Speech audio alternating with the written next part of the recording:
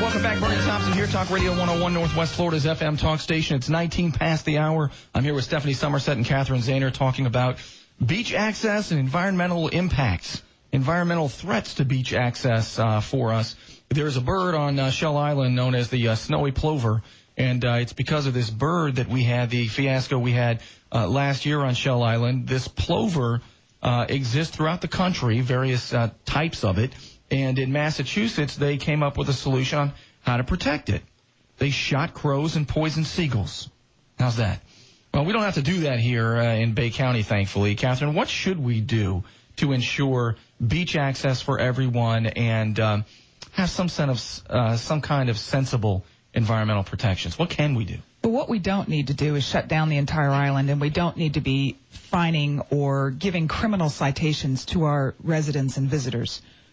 The more common sense solution, and we do poke a lot of fun, but it's with an effort to, when we talk about common sense solutions, that they do resonate as common sense.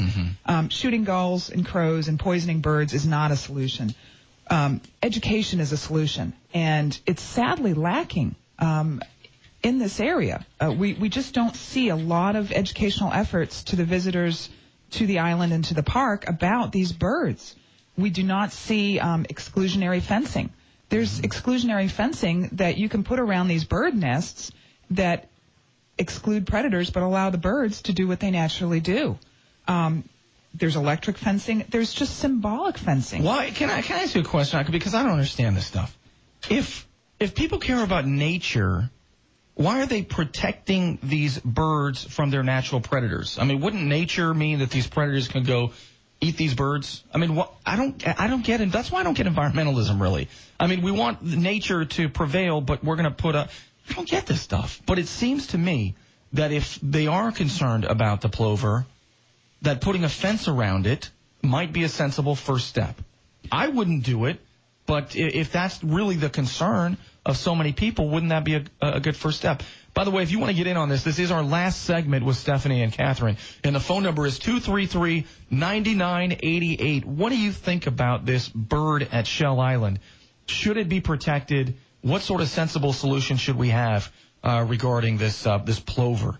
Okay, so exclusionary fence. And what other ways? What other sensible ways could we go? Well, simply you can mark the nests to keep people away from them. The argument is that Shell Island wasn't always an island, and therefore it was a haven for these birds. And now that it's no longer an island, these predators are coming across. Well, the hard solution is reopening the East Pass, and that's something that's been discussed in this community. And it's not the easiest solution. The easiest solution is to blame people with dogs, because you can ticket a person with a dog. You can't ticket a coyote. But the hard solutions are opening the East Pass.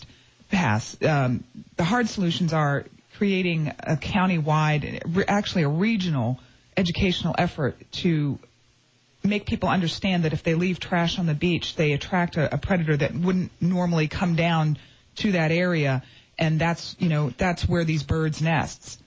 And but none of that, amazingly, none of that appears to be done now at Shell Island. I've never seen a marked plover nest, and we spend a fair amount of time out there. Never seen a nest marked. Do you ever see these birds, actually, the actual birds over there? I never have. I don't know why I don't care about these birds. What is it about me, Mike? I don't care about these birds. To me, this whole thing is about nothing. Why do we let these birds rule our lives? I agree with opening the East Pass, actually. Yeah, I don't know why the bird is that important. Why is this bird more important than other animals? That is a topic that you could debate for weeks on this show, and let me just say that there are so many laws, layer upon layer upon layer of laws that have been built up over time, all regarding the Endangered Species Act. And that's another whole show, Burnie. So we're staying focused on Shell Island. What level did we say this bird was? It is federally endangered, and it's also listed by the state of Florida. Oh, geez, federally endangered. Isn't that the most protected?